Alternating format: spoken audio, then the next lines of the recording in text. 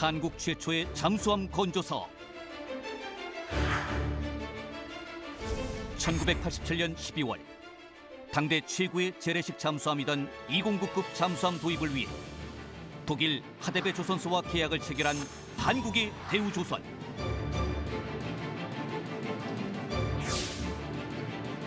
체계적인 기술 도입을 위해 1번 함만 독일에서 건조하고 2번 함부터는 한국에서 건조하는 방법이 채택됐다. 건조 방식은 물론 장비와 부품에 이르기까지 모든 것이 수상함과는 전혀 다른 잠수함의 세계. 1번 함 건조에서 배운 공정별 기술을 곧바로 2번 함 건조에 적용하며 한 발 한 발 독자적 건조를 준비했던 한국의 기술자들.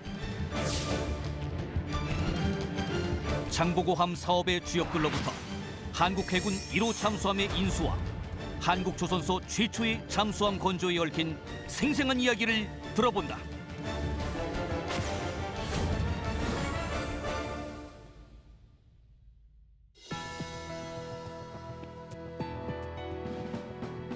여러분 안녕하십니까? 첨단 국가의 초석 방위산업의 라미경입니다. 오늘은 지난 시간에 이어 대한민국 최초의 잠수함인 장보고함 건조 사업에 대해서 알아보겠습니다. 함께 하실 네 분 소개합니다. 먼저 209급 잠수함의 건조 감독관직을 수행하신 손규현 대령 모셨습니다. 안녕하세요. 손규현입니다. 대우조선에서 근무하시면서 209급 잠수함 건조 사업에 참여하신 박동혁 부사장 나오셨습니다. 안녕하십니까? 박동혁입니다. 역시 대우조선에서 근무하시면서 장보고급 잠수함 건조 사업에 참여하신 김충렬 전무 자리하셨습니다. 네, 안녕하세요. 김충렬입니다. 마지막으로 독일에서 장보고함을 직접 인수하시고 8번째 잠수함인 나대용함의 초대 함장을 역임하신 문근식 대령 함께 하시겠습니다. 안녕하세요. 문근식입니다. 귀한 시간 내주셔서 고맙습니다. 저희가 이제 지난 시간까지 장보고함의 초대 함장과 기관장을 모시고요. 우리나라 최초의 잠수함 사업에 대해서 여러 가지 말씀을 좀 들었는데요. 오늘부터는 직접 건조 과정에 참여하신 분들을 직접 모시고서 좀 더 다른 측면에서 자세한 이야기 나누겠습니다. 우선 들어가는 질문으로 이제 함정을 건조하는 입장에서요. 이 잠수함의 건조에 있어서 가장 어려운 점이 어떤 것인지 먼저 좀 듣고 시작하겠습니다. 우리 박동혁 부사장님이 먼저 좀 말씀을 좀 주시죠. 네. 잠수함에서는 가장 어려운 점은 무엇보다도 정교함과 이 한치의 실수도 용납하지 않는 그런 완벽성에 있다고 봅니다. 우선 잠수함은 그 수백 미터의 수압을 견뎌야 하고 그 수백 미터 수압이 있는 상황에서 완벽한 밀폐성을 가져야 되기 때문에 압력 선체를 만드는 그 정밀도는 아주 제로에 가깝게 유지를 해야 되고 그다음 그 좁은 공간에 수백 종류의 장비를 설치하게 됩니다. 그 장비가 순서에 맞춰서 최고의 정밀도를 유지하면서 또 설치돼야 되는 점, 이게 아마 가장 어려웠던 점인 것 같고 또 무엇보다도 사람이 하는 일이기 때문에 실수가 생길 수밖에 없는데 실수를 전혀 허용치 않는 게 잠수함의 특성입니다. 그래서 부품 하나하나까지도 모든 것이 완결될 때까지 이 하나하나 확인, 검증을 하는 작업 그런 것들이 가장 어려웠던 것 같고 아마 우리 송기현 대령께서 그 당시 감독관으로서 그런 일을 하나하나 검증하시느라 많이 고생을 하셨던 걸로 알고 있습니다. 예. 제가 부연 설명을 좀 드리면요. 좀 잘 말씀하셨는데 잠수함 정교함 하셨잖아요. 정교함이라는 게 굉장히 그 다른 함정에 비해서 깊이가 깊어요. 어떤 면이냐면은 잠수함은 함 중앙에서부터 함 앞에 끝에까지, 뒤에 끝에까지가 센티미터 단위로 재가지고 장비를 배치해요. 균형을 잘 잡아야 됩니다. 그래서 이제 독일에가 처음 교육받는데 이 교관이 얘기한 게 있어요. 이 함정은 복원력이라고 하잖아요. 배가 이제 기울으면은 다시 반드시 서려고 하는 그걸 복원력이라는데 파도가 있으면은 파도에 밀리고 그러잖아요. 잘못 뒤집어지고 그걸 이제 원위치로 가려고 하는 복원력이라는데 잠수함은 이렇게 섰다가 180도 기울어졌는데 와서 물고기가 와서 탁 치면 원래 간다. 이 정도로 정교하다. 그래서 잠수함은 정교함의 대표적인 함정이고 때로는 이게 우주선에 비교하기도 그렇습니다. 예. 두 번째 말씀 들어보게 되면은 좁은 공간에서 배치 정도와 정교함 또 완벽성까지 추구해야 된다라고 하는 그런 문제가 있기 때문에 어렵다라고 말씀을 좀 주셨는데요. 이번 손기현 대령께서는 어떤 말씀 주시겠습니까? 네, 두 분께서 잘 요약해 주셨는데요. 잠수함이 어렵다는 건 우선 상선이나 수상함정은 선체를 보면 비슷합니다. 예. 상선 잘 건조하면 수상함도 선체는 잘 만들어졌습니다. 그런데 잠수함은 보면 완전히 틀립니다. 상선이나 수상함정하고 공통된 부분이 없습니다. 완전히 새로운 분야고 더구나 이 잠수함은 수중에서 활동하다 보니까 작을수록 유리합니다. 작아야지 적으로부터 탐지가 잘 어려우니까 작게 만들어야 됩니다. 작게 만들다 보니까 굉장히 협소한 공간에 모든 걸 다 집어넣게 됩니다. 그리고 그 안에 작업 공간이 없습니다. 작업 공간이 없으니까 작업하기 굉장히 힘들어집니다. 그래서 상선이나 수상함의 베테랑 작업원이 하더라도 이거는 굉장히 어렵다. 굉장히 그런 좁은 공간에서 모든 걸 집어넣다 보니까 예를 들면 저 안에 있는 게 하나 잘못됐다 하면은 들어가서 작업을 할 수가 없으니까 전부 다 분해해내고 새로 집어넣어야 됩니다. 그래서 그런 점에서 굉장히 어렵고 아까 우리 박 부사장님 말씀하셨지만은 이게 수중 수백 미터에서 활동하는 거다 보니까 모든 장비나 자재가 수중에서 견딜 수 있어야 됩니다. 견딜 수 있도록 설계돼야 되고 다음에 수중에서 활동하다 보니까 안전을 최우선으로 고려해야 됩니다. 안전을 고려하다 보니까 2중, 3중에 안전장치가 되어 있습니다. 모든 장비들이. 마지막으로 하나 더 말씀드리면은 잠수함에 탑재되는 장비나 자재들은 일반 시중에서 구할 수 있는 게 거의 없습니다. 하나가 고장나서 부품을 바꿔야 되겠다. 상선이나 수상함들은 여기저기 사올 수 있습니다. 일반 시중에서도. 잠수함은 잠수함 맞춤형으로 다 장비나 자재 설계되어 있다 보니까 다른 데서 구할 수가 없습니다. 시중에서 구할 수 없습니다.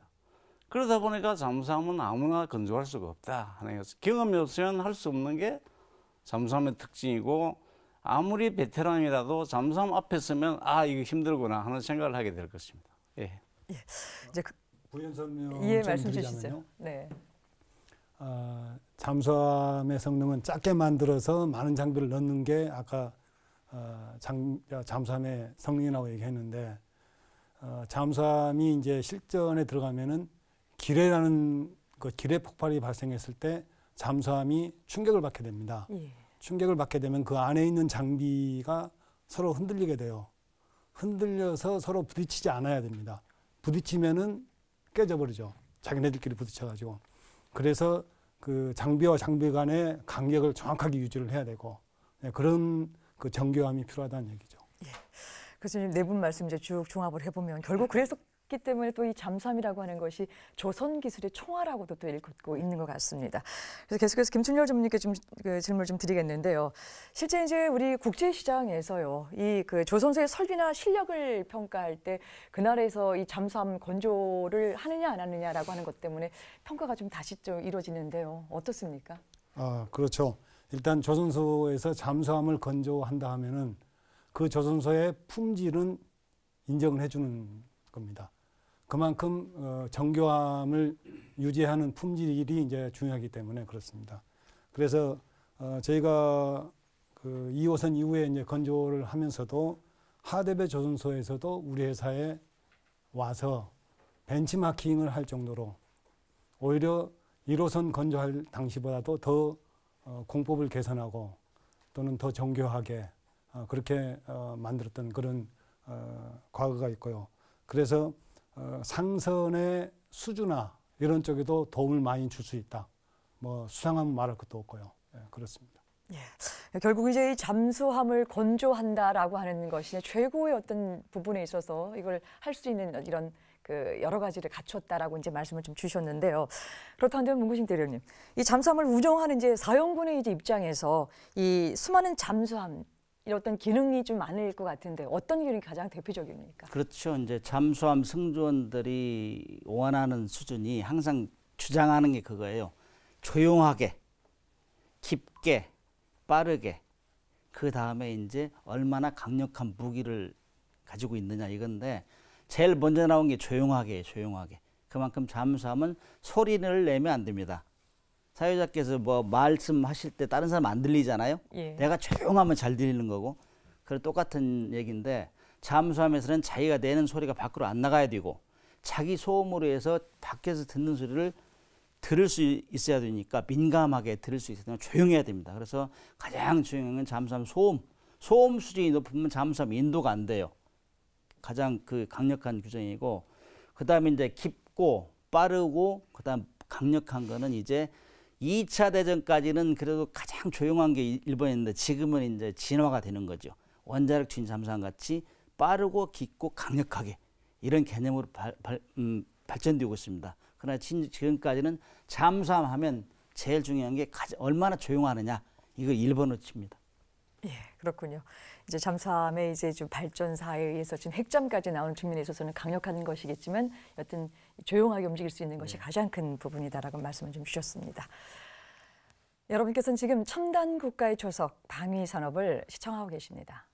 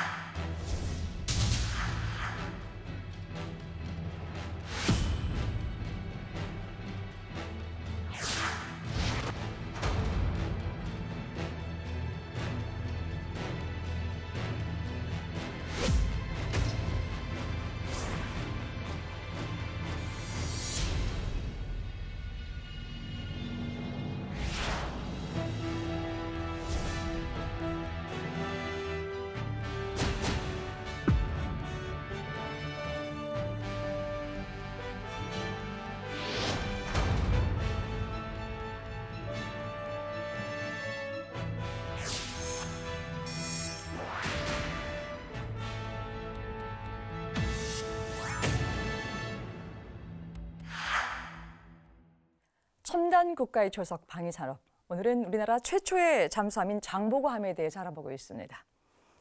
박동혁 부사장님, 이제 한국 최초의 잠수함 사업이 1980년대 초반부터 이제 야심차게 진행이 됐습니다.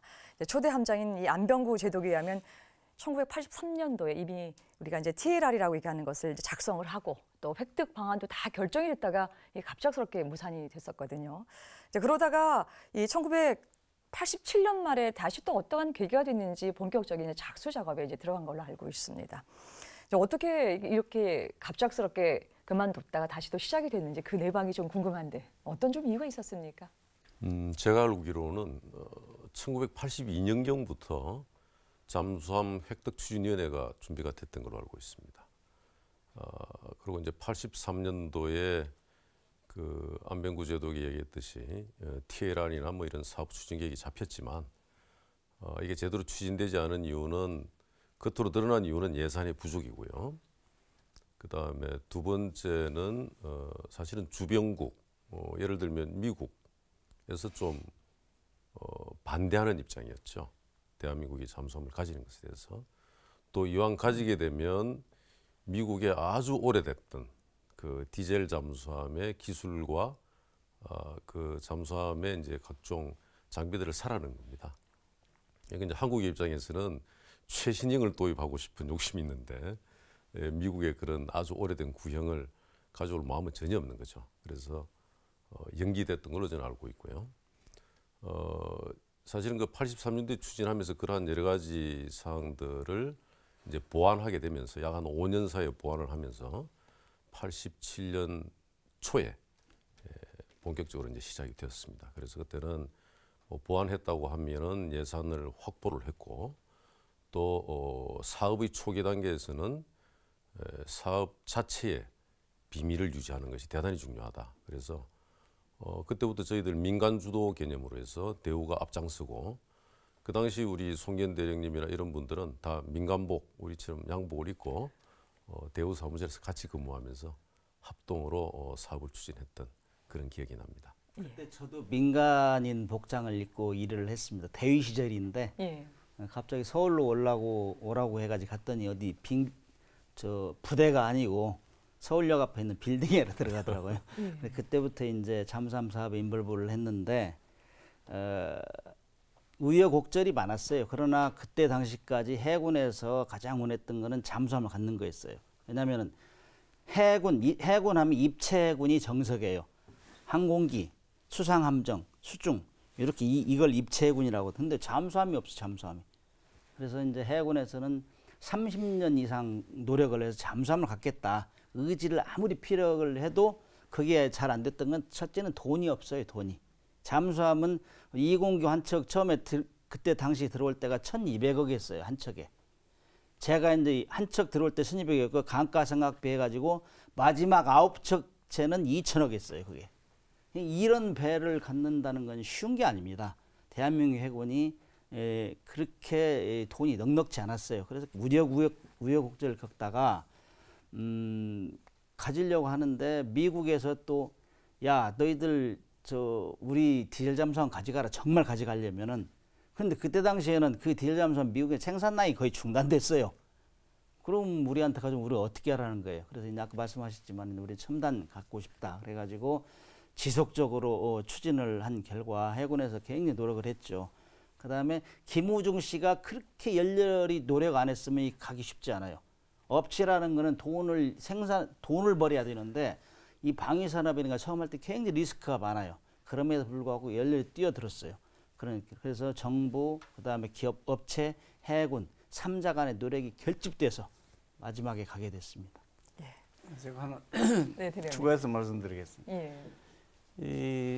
그 전에 우리 박동혁 부장님 말씀하셨지만 84년도에 최초로 잠수함 사업단을 구성해서 추진 1차를 했었습니다. 근데 그때 중단이 됐는데 뭐 미국의 개입으로 중단된지 그거는 제가 모르겠습니다만은 87년도에 재차 추진할 때는 저희 해군에서 미 해군 총장한테 공식 서한을 보냈습니다.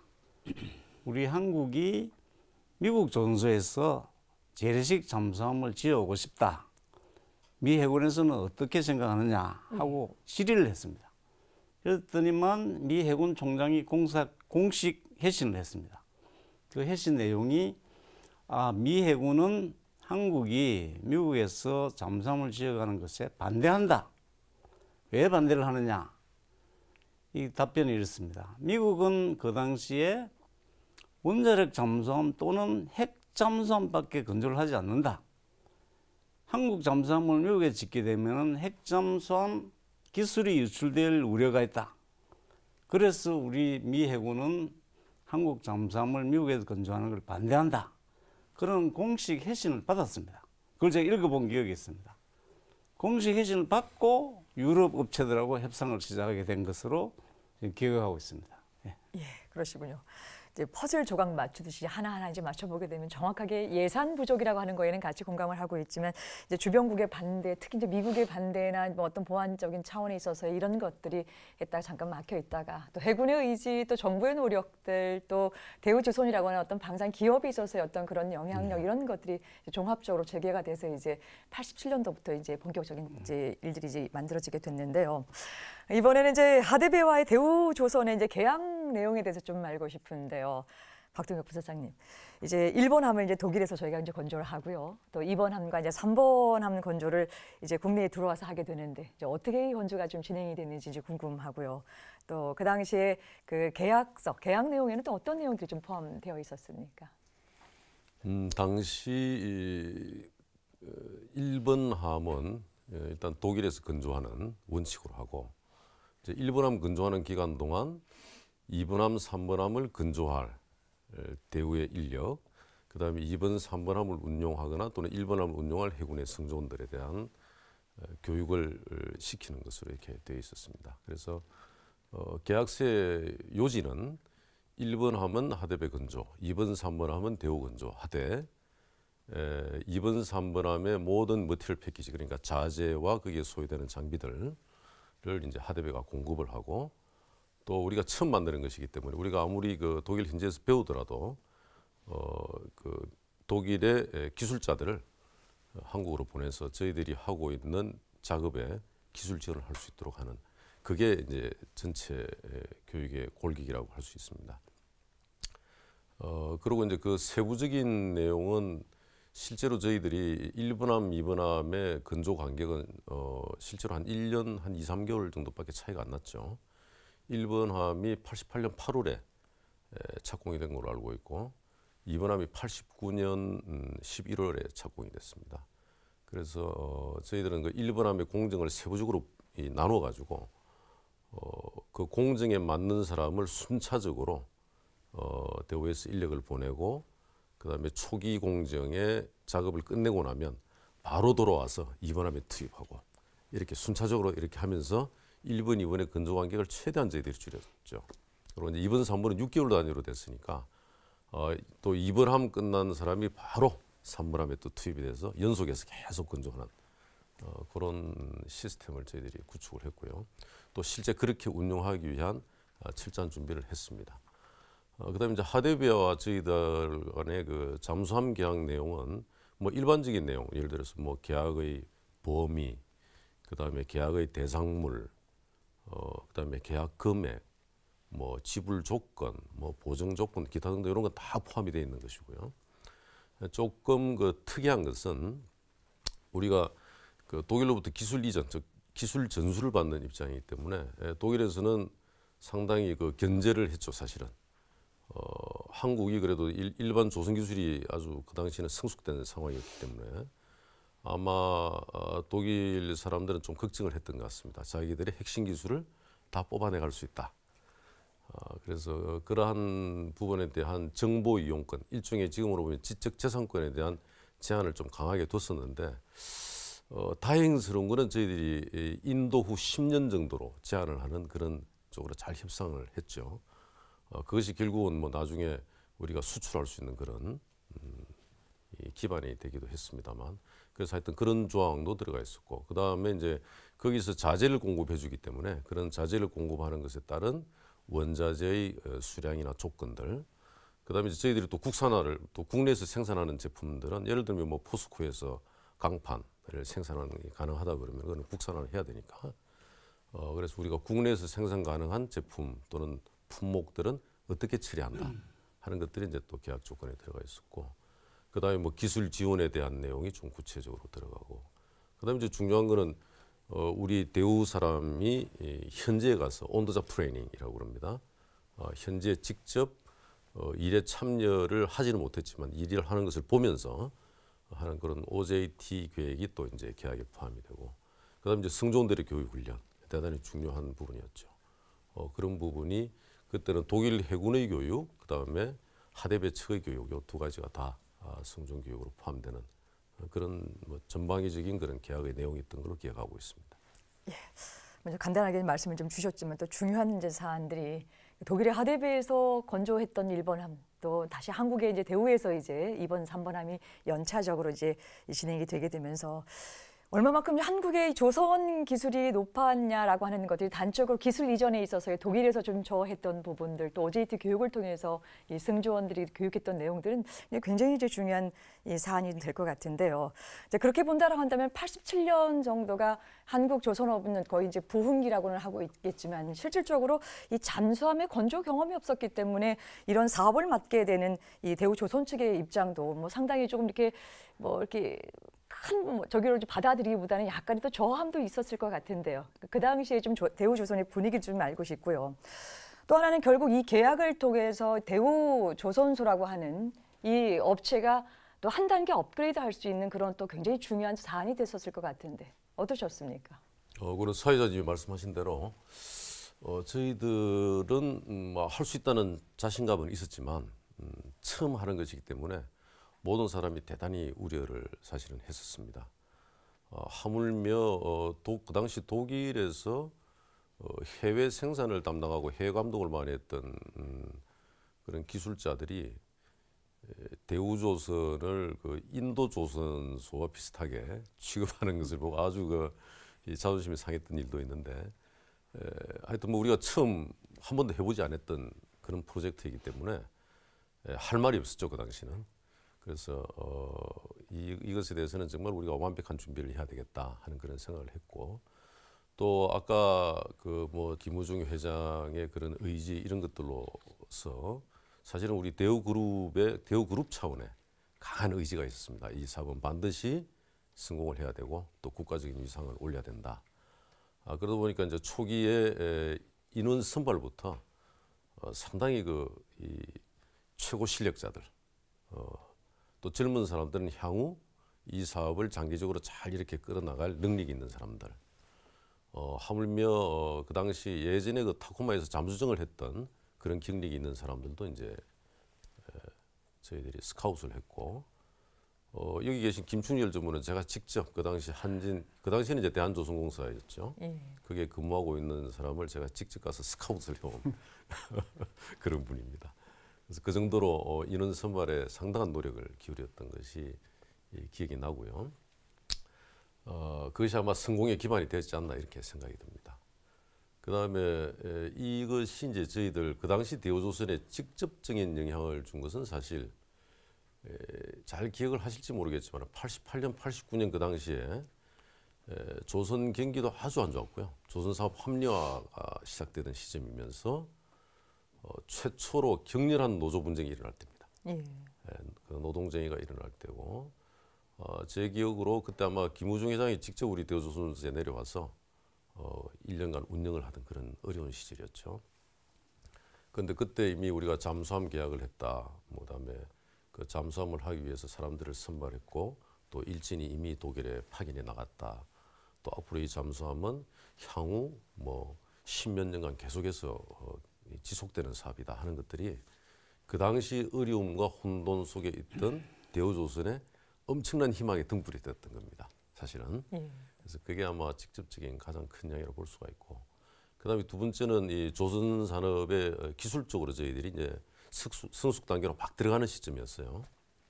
그런 시점에서 이제 잠수함을 저희들이 건조하게 되면서부터 이 기술의 단계가 한 단계 더 둬야겠다 이렇게 볼 수 있을 것 같습니다.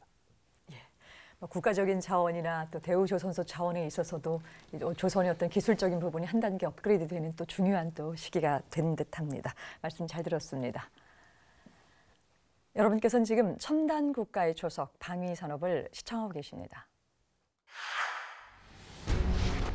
독일이 수출용으로 개발한 209급 잠수함은 13개국에 50척 이상을 수출한 세계적 베스트셀러다. 209급의 인기가 높았던 것은 뛰어난 성능은 물론 크기와 무장을 고객의 운용 요구에 따라 제작하는 전략 덕분이었다. 그렇다면 독일이 이렇게 자국 해군이 운영하는 잠수함과 별도로 수출용 잠수함을 개발하게 된 이유는 무엇일까? 제2차 세계대전에서 패배한 후 각종 제한과 규제에 묶여 있었던 독일. 그중 하나가 일정 톤수 이상의 잠수함을 가질 수 없다는 것이었다. 하지만 그런 규제에도 빈틈이 있었으니 타국으로 수출하는 함정의 경우는 배수량 제한이 없었던 것이다.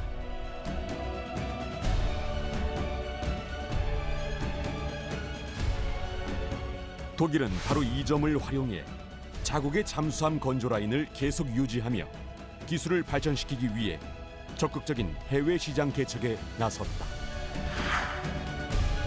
대표적인 예로 독일 해군이 운영하는 206급 잠수함은 450톤에 불과하지만 수출용 잠수함인 209급은 배수량이 무려 1000톤을 훌쩍 넘어선다.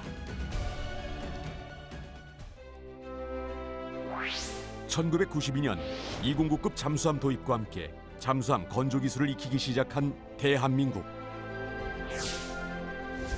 그로부터 20여 년 후인 2011년 인도네시아 해군의 1400톤급 잠수함 수주를 따내며 세계 9번째로 잠수함 수출국 반열에 오른다.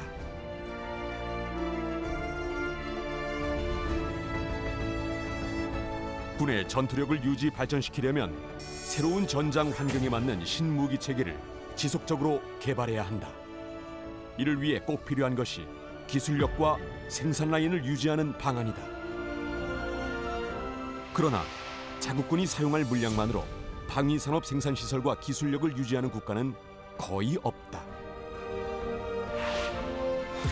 배수량 제한이라는 패전국의 한계를 수출로 돌파한 독일. 자국 수요량을 뛰어넘어 기술력과 생산 설비를 유지 발전시켜야 할 우리에게 모범적인 사례일 것이다. 네, VCR 영상 잘 봤습니다. 김충렬 전무님, 우리 해군의 첫 잠수함은 결국 이제 독일의 하데베 209급으로 결정이 이제 됐습니다. 이 209급 잠수함 어떤 이력과 성능을 좀 가진 잠수함입니까? 예, 아시다시피 2차 세계대전에서 중에 잠수함을 운용한 나라가 독일이었습니다. 제가 알고 있기는 그 당시에는 잠수함을 하루에 한 척씩 내보냈습니다. 예. 뭐 여러 가지 매스 프로덕션 개념을 도입해서 그걸 했는데 그 당시에 운영했던 독일 잠수함이 유보트입니다. 아마 텔레비나 영화에서 많이 봤을 거로 생각이 되는데 이 유보트가 이제 기본이 돼서 독일 해군이 가지고 있는 잠수함이 이제 206급입니다. 한 600톤 크기 정도. 그러니까 우리 잠수함의 한 반 사이즈 정도 되는 거죠. 그것밖에 가질 수 없는 이유가 이제 패전국이다 보니까 이제 제한을 한 겁니다. 그런데 이제 독일에서는 그 기술을 사용할 수가 없어서 이제 수출형을 개발하자 해서 개발한 게 209급 잠수함입니다. 그래서 209급에는 다른 어떤 잠수함에 들어가 있는 그런 일반적인 장비보다는 정말 그 당시에 이제 컴퓨터가 도입이 되면서 상당히 업그레이드된 장비들이 이제 선정이 돼서 209급이 만들어졌고 그 209급이 전 세계적으로 한 11개국 정도까지 아마 수출한 걸로 기억을 하고 있습니다. 그 당시에. 그래서 이제 그 209급에 들어가 있는 그 장비 또는 이런 그 잠수함의 성능이 그 당시에 나왔던 배터리 추진식 잠수함, 그러니까 우리 디젤 잠수함이죠. 디젤 잠수함급에서 가장 좋은 성능을 가지고 있는 잠수함으로 선정이 된 상황이었고 우리 해군도 그래서 209급을 아마 선정한 걸로 알고 있습니다. 예. 그 당시 이제 209급이 독일에서 11개국으로 수출을 했다라고 하는 거면 뭐 일단 그 제품 자체로는 이제 어떤 좀 안전성이나 이런 것들을 좀 갖고 있었을 테고 뭐 여러 가지 결정 사안에 의해서 좀 만들어졌을 텐데요. 그렇다고 이제 한다면요, 손대령님 이제 궁금한 게요. 대한민국의 첫 잠수함을 결정하는데 이제 독일의 209급 모델 말고 또 경쟁할 만한 다른 모델도 있을 법한데요. 예. 어떻습니까? 경쟁을 했습니다. 그런데 과거에 83년, 84년도에 1차 추진할 때도 이미 그 당시에 독일의 209급과 프랑스의 아고스타급, 그 다음에 이태리의 사우로급, 이 세 가지 기종을 경쟁을 하는 체제였습니다. 예. 그 당시에. 그 뒤에 87년도에 와서 할 때는 그 중에서 이태리 사우로급은 고려대상에 제외됐습니다. 그 이유는 아마 이태리 사우로급은 자국에서 일부 뭐 전력화를 시켰습니다만은 성능이 좀 뭐 시원찮았든지 그런 이유로 해서 고려 대상에 제외가 되고 209급과 프랑스의 아고스타급 두 가지 기종을 가지고 경쟁을 했습니다.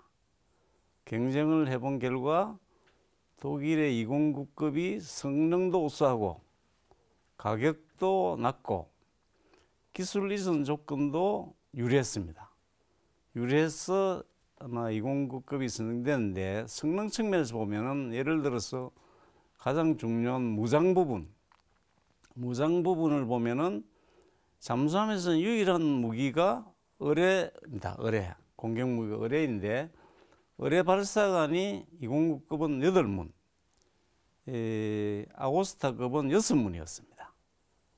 그런 것들이 있고, 그다음 이 잠수함이 조난을 당하면, 수중에 조난을 당하면 긴급히 부상을 해야 되는데 긴급 부상 체계가 있습니다. 그걸 보면은 209급은 하이드라진 가스 시스템을 해서 채택이 되어 있고 아고스타급은 그냥 일반적인 압축 공기로 가지고 긴급 부상하는 그런 시스템이 있습니다. 그래서 조난 시에 긴급 부상에 209급이 더 유리한 체계를 채택하고 있습니다. 물론 그 부가해서 성능이나 가격이 209급이 유리했지만은 거기 부가해서 고객 요구에 대한 충족도가 209급이 유리했고 이 여러 가지 측면에서 유리했지만은 제일 중요한 것은 그 당시에 우리 김승렬 전무께서도 말씀하셨지만은 전 세계적으로 가장 많이 수출된 잠수함이 209급이었습니다. 그거는 아마 성능이 우수했기 때문에 그러지 않았나 생각이 듭니다. 그런 것들이 합해져서 209급을 선정한 배경이 되었지 않나 그런 생각이 듭니다. 예. 결국 이제 이 프랑스 아고스타와 이제 독일의 209급 중에서 가성비 대비 기술적으로 또 이제 어떤 법령상 안전적인 부분에 있어서 이제 선택을 했다라고 하는데요. 그렇다고 한다면 오늘 잠수함의 전문가들 모셨기 때문에 아주 객관적으로 그 209 잠수함에 대한 평가를 좀 한번 좀 해보고 갔으면 좋겠는데요. 특히 이제 어떤 면에서 우리 해군의 첫 잠수함으로서의 독일의 209급이 적합했는가라고 하는 거에 대한 의견을 좀 듣고 싶습니다. 우리 문근식 대령께서 좀 말씀을 주시죠. 209 잠수함에 대한 지금 장점을 많이 얘기하고 있는데 제가 어떤 때는 기분이 나빠요. 왜냐면은 이 정말 우리 한국 해군이 독일 잠수함 선전을 너무 많이 해줬어요. 그래서 제가 독일에 한 5년 반 있었는데 그 감독관들한테 너는 광고비 내라 한국 해군에 이렇게 얘기했는데 아직까지 뭐 얻어먹은 건 없습니다. 근데 이제 한마디로 209 잠수함의 선택은 탁월한 선택이었다 이렇게 볼 수 있어요.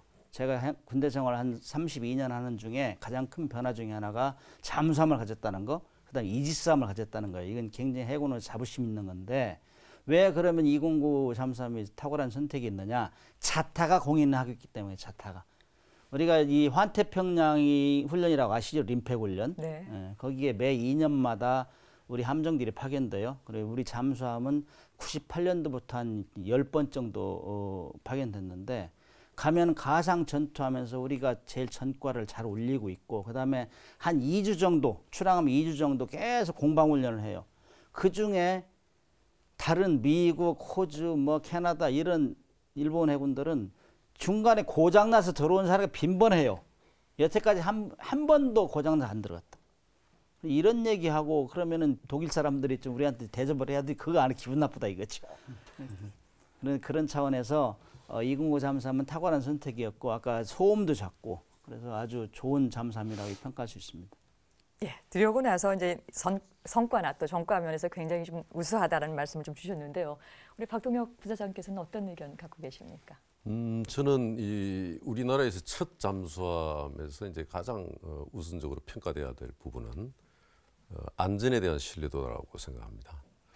잠수함이 물속에서 이 전술 전략을 하지만 일단 물속에 들어갔다가 나와야 될 거 아닙니까? 예. 그래서 물속에서 하고 있는 이 잠수함의 기본 기능이지만 무엇보다도 안전에 대한 기술적 신뢰도 이것이 가장 높아야 된다. 자, 그러면 이제 안전성에 대한 그 신뢰도를 우리가 어떻게 평가할 수 있느냐? 사실은 저희들은 그때 잠수정 운용 경력밖에 없던 시절이었기 때문에 결국은 이것은 실적 그다음에 객관적인 평가로서 우리가 볼 수밖에 없다. 그래서 이제 그 당시 아까 우리 김승렬 전무도 얘기했지만 11개국이 아마 49척을 수출했던 하드베이 실적으로 보면 가장 그래도 이 실적이 실제로 잘 평가된 것이라고 우리가 판단할 수밖에 없었고요. 그다음 이 부분은 저는 이렇게 생각합니다. 아까 조금 전 문근식 대리도 얘기했지만 대한민국 해군의 그 운용상의 능력은 아주 탁월하다고 봅니다. 그것이 209의 성능과 합해져서 아마 209가 1994년도에 실전 배치됐을 겁니다. 그러면서 제가 알고 있기로는 20주년 무사고 기념 행사를 했던 걸로 알고 있고요. 금년까지 하면 이제 23주년 무사고가 될 겁니다. 그런 그 잠수함 운용 능력을 보게 되면 우선 이 안전성은 상당히 보장이 됐었다. 또 그것을 우리 대한민국 해군이 가장 탁월하게 운용을 하고 있다 하는 이 점을 말씀드릴 수 있겠습니다.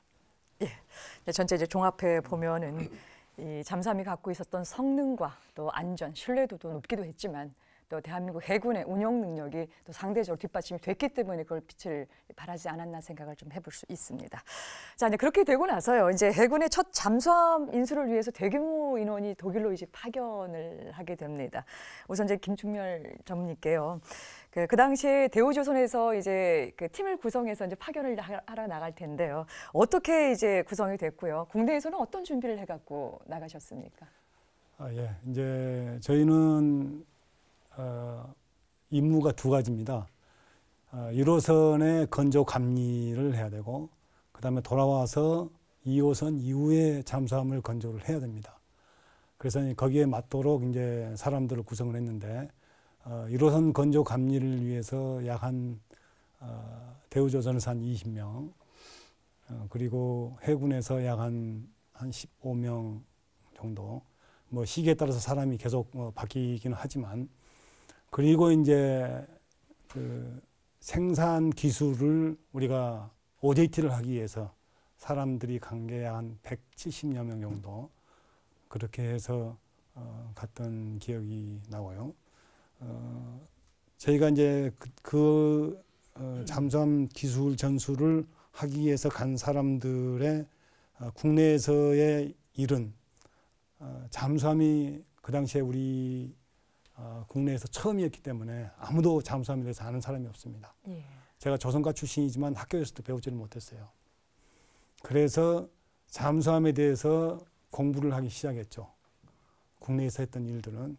그래서 이제 가기 전에 한 1년 정도를 국내의 모든 서적을 다 동원을 해서 번역을 해서 이제 세미나를 갖고 그렇게 해서 이제 검료 감리를 했고요.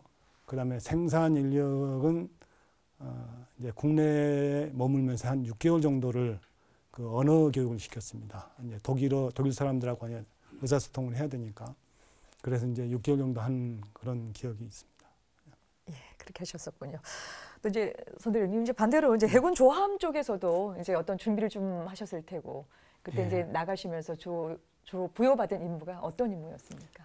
예, 저희 이제 해군에서는 그 당시에 이제 조함장교가 있는데 조함장교는 함정 설계하고 건조를 전문을 하는 그런 해군에만 있는 병과입니다. 예. 이 조함병과 장교들을 중심으로 이제 인원을 구성을 했고요. 그 당시에는 우리 김 전무님 말씀대로 잠수함 기술이나 잠수함 경험을 가진 사람이 없었습니다.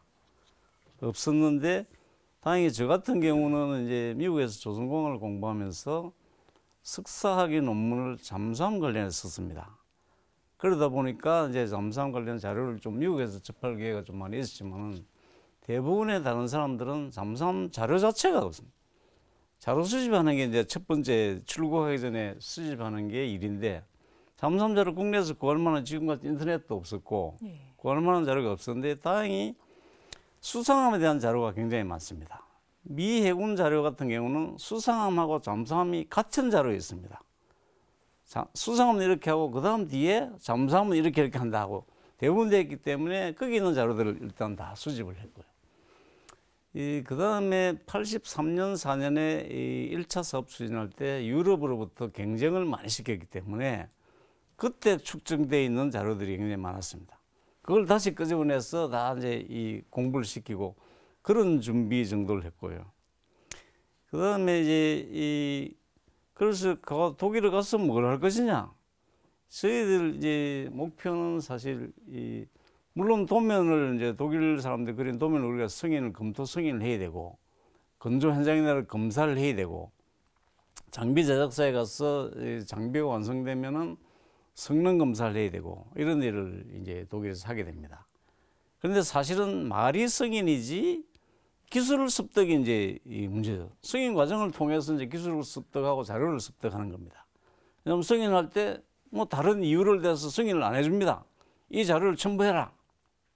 그래서 열심히 첨부해 오면은 오케이 됐어 승인해주고 그 사람들도 대강 압니다. 예. 하여간 어떤 핑계를 대든지 간에 우리가 원하는 자료가 나올 때까지 계속 지연시키고 불합격시키고 해서 이제 이 자료를 많이 수집을 했는데 나중에 보면은 당시에 수집된 자료들이 한국에서 엄청나게 역할을 했습니다. 그 당시에는 몰랐죠. 이게 정말 중요한 자료인지 몰랐는데 나중에 보니까 국내는 잠수함 자료가 없어서 예를 들어 대학이나 연구소에서도 연구 관련 기초 자료가 없습니다.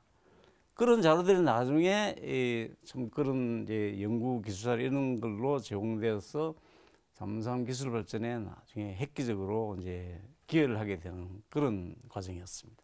예, 그러셨군요. 네, 지난번에 이제 안병구 제독이 출연하셨어요. 이 장보고함 이제 그 성전 모집 과정하고 국내 교육 과정에 대해서 설명을 좀 하셨었거든요.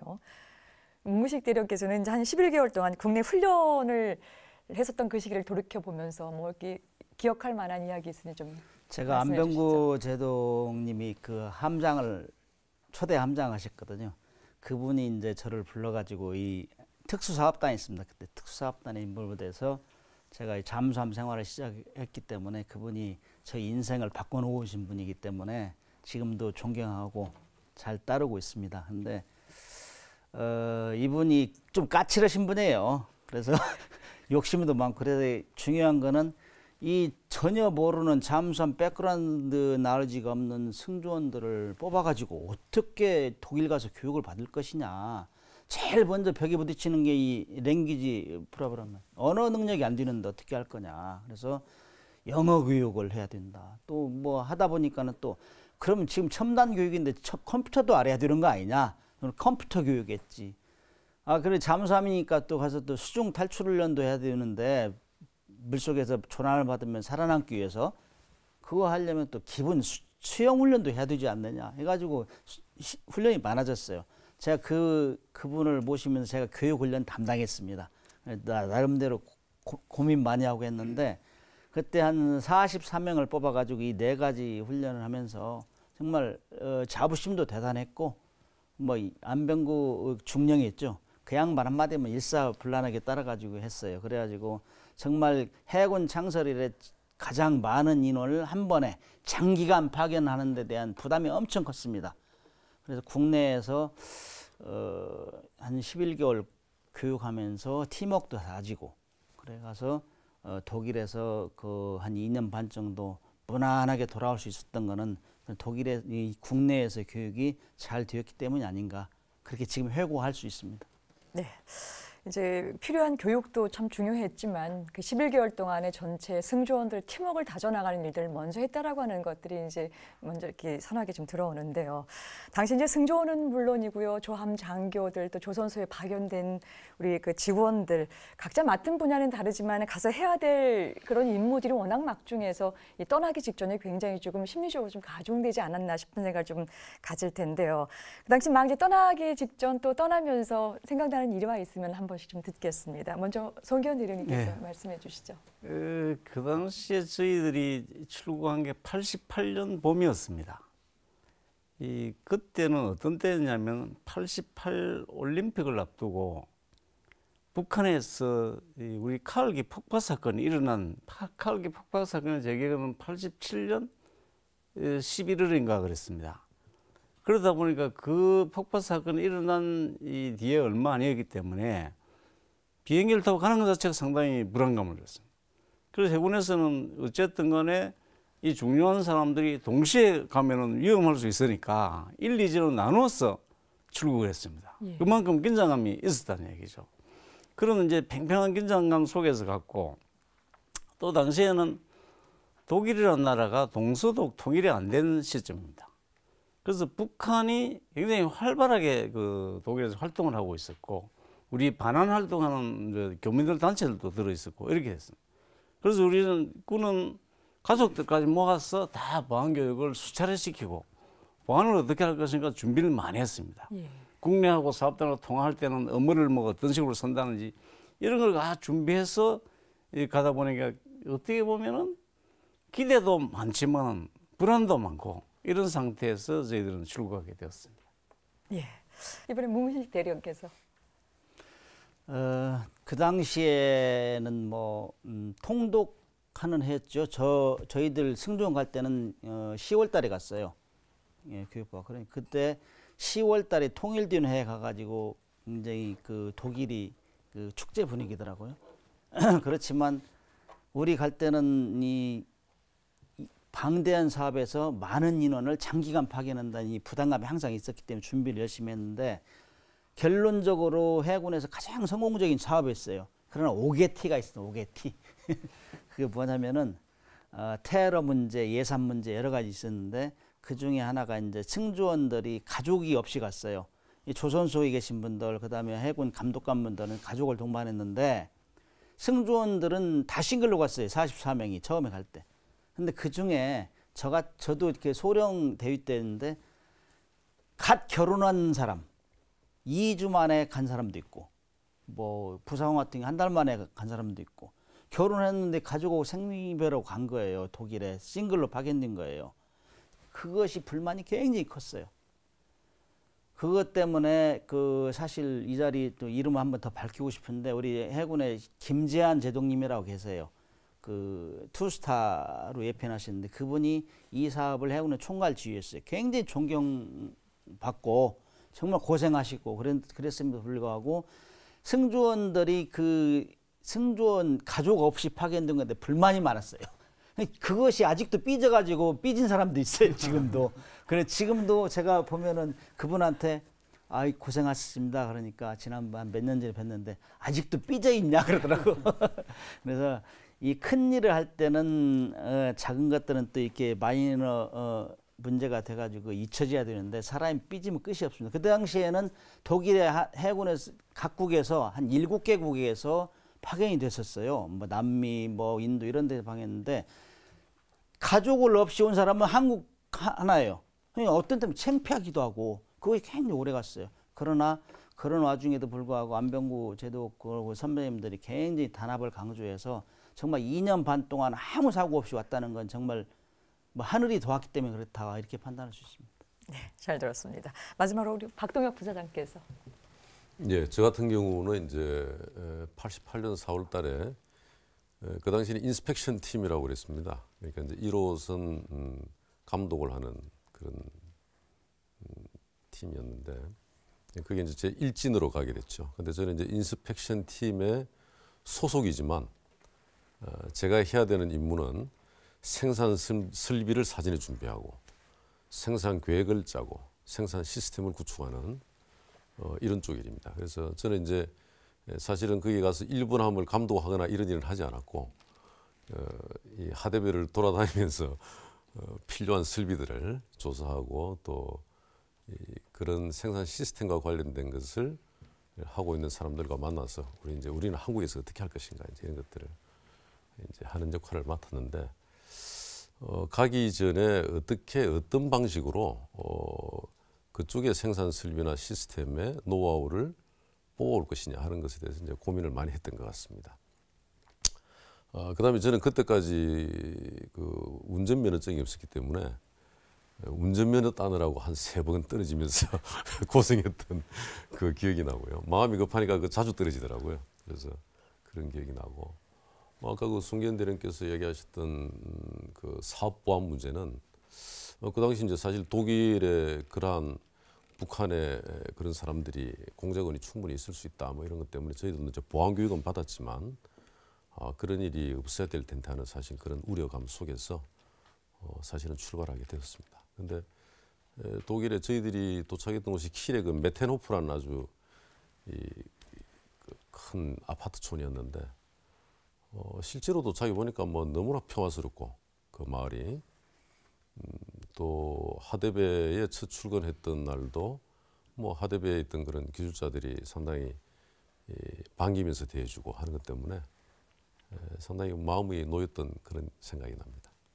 예, 오늘 각각의 역할에서 건조 감독관으로 혹은 또 대우 조선소의 직원으로 또 이제 승조원으로 해서 다양한 말씀 잘 들었습니다.